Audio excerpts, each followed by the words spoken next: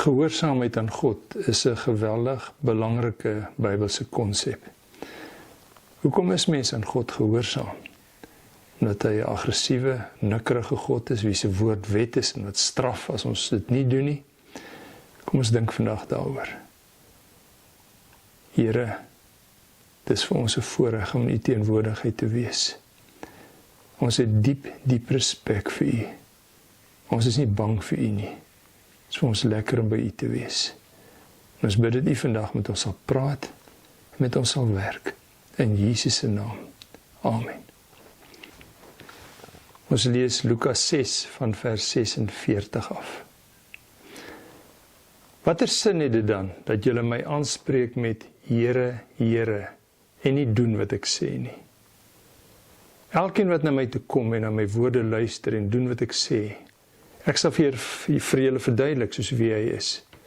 Hy is soos 'n man, wat by die bou van sy huis die grond diep uitgegrawe en die fondament op die rotsbodem gelê het. Toe daar 'n oorstroming kom en die vloedwater die huis tref, kon dit hom nie beweeg nie, want die huis was goed gebou. Maar as iemand luister en nie doen wat ek sê nie, is hy soos 'n man wat sy huis bo op die grond gebou het, sonder 'n fondament.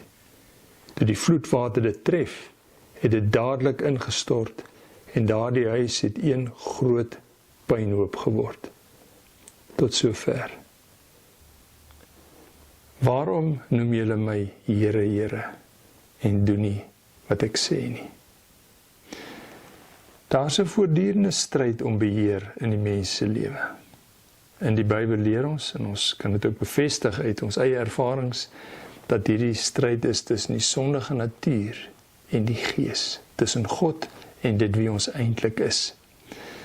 En die interessantheid van die sondige natuur is dat hy 'n plan het met ons lewe, maar sy plan is nie tot ons voordeel nie.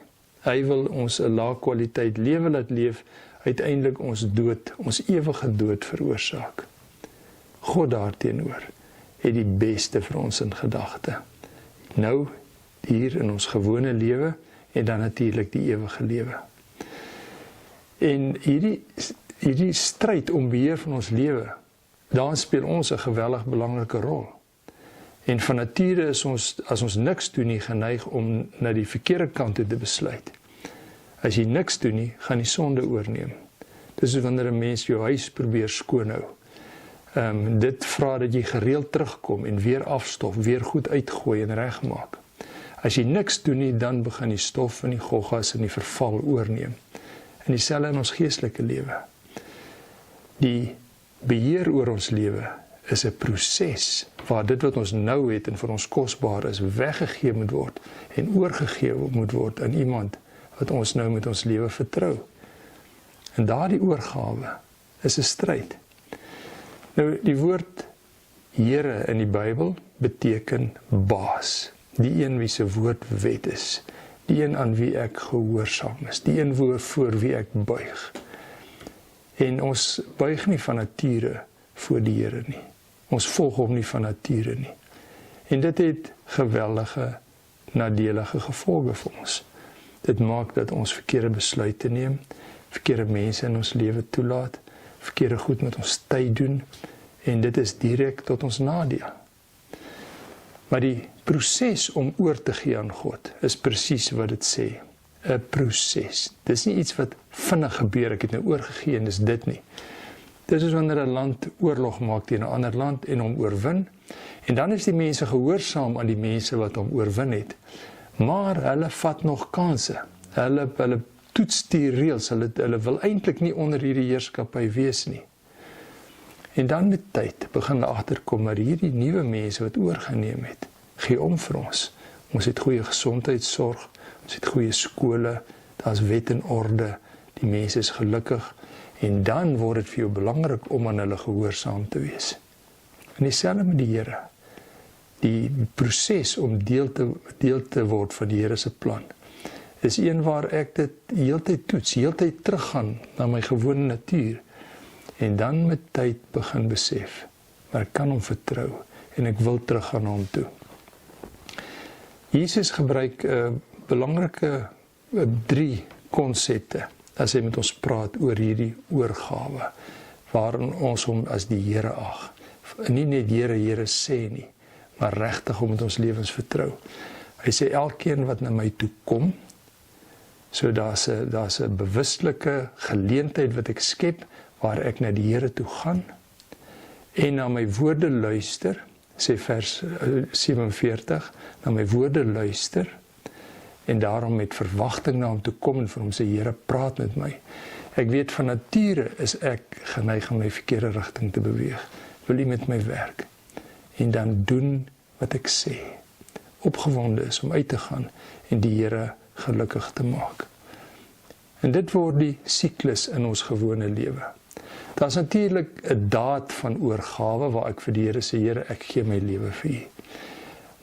Maar dit sê die sondige natuur net so hard as dit wat die Here wil hê. En daarom is die oorgawe 'n proses waar ek oor en oor teruggaan en hierdie dinge doen, na die Here toe gaan, na hom luister en doen wat hy sê. Terugkom weer na hom toe, evalueer wat gebeur het, na die Here toe kom, na hom luister en doen wat hy sê. En dit is hoe ons lewe van oorgawe lyk.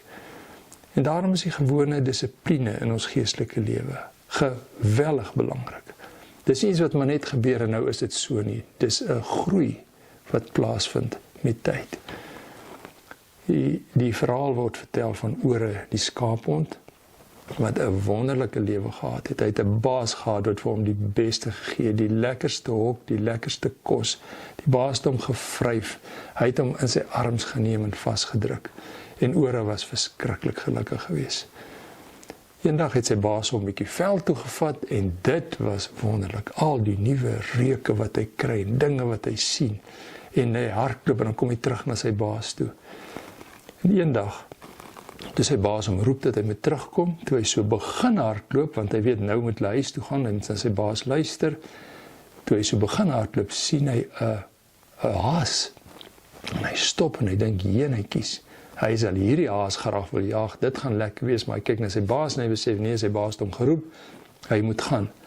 Maar hy dink, weet jy man, dit kan nie te veel skade doen nie. En sy baas sê vir hom, Ore, kom, los die haas. Maar Ore besluit, vandag is die dag, en hy jaag die haas. En hy jaag hom en dit is vreeslik vet pret. Maar op 'n punt toe, sy kry nie die haas nie.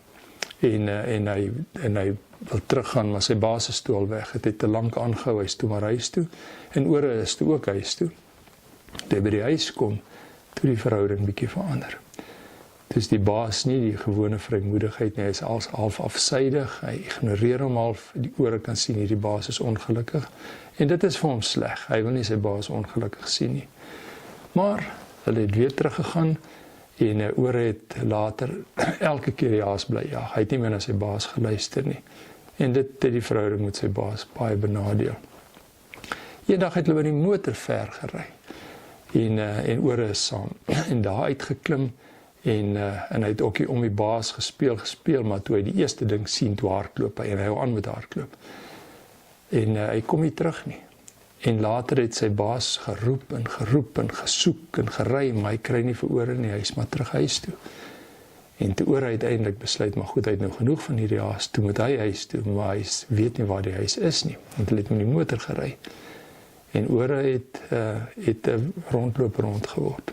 Hy is deur mense weggejaag, hy het hulle asblikke gekrap vir kos, en hy het vuil geword, en hy het sleg begin lyk, sleg begin ruik, en Ore het heeltemal verval. En dit is ons verhaal. 'n Verhaal waar ek nie 'n toekoms het sonder die Here nie.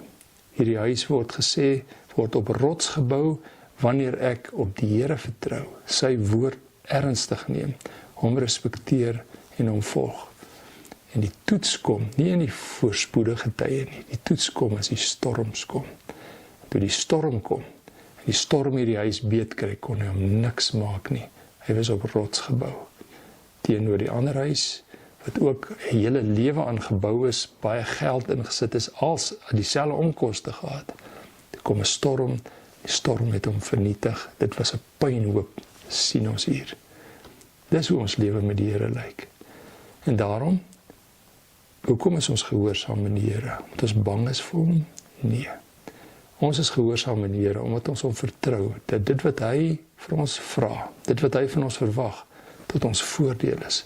Ons help om die meeste uit die lewe te put. Ons volg hom, omdat ons hom regtig vertrou. Mag die Here ons help. Here, oor soveel tyd het U gewys, dat U 'n God is, wie se woord ons kan respekteer. En dit wil ons doen. Help vir ons om U te volg, omdat ons hierdie respek vir U het, omdat ons U vertrou met ons lewens. Dankie dat U so omgee. Amen.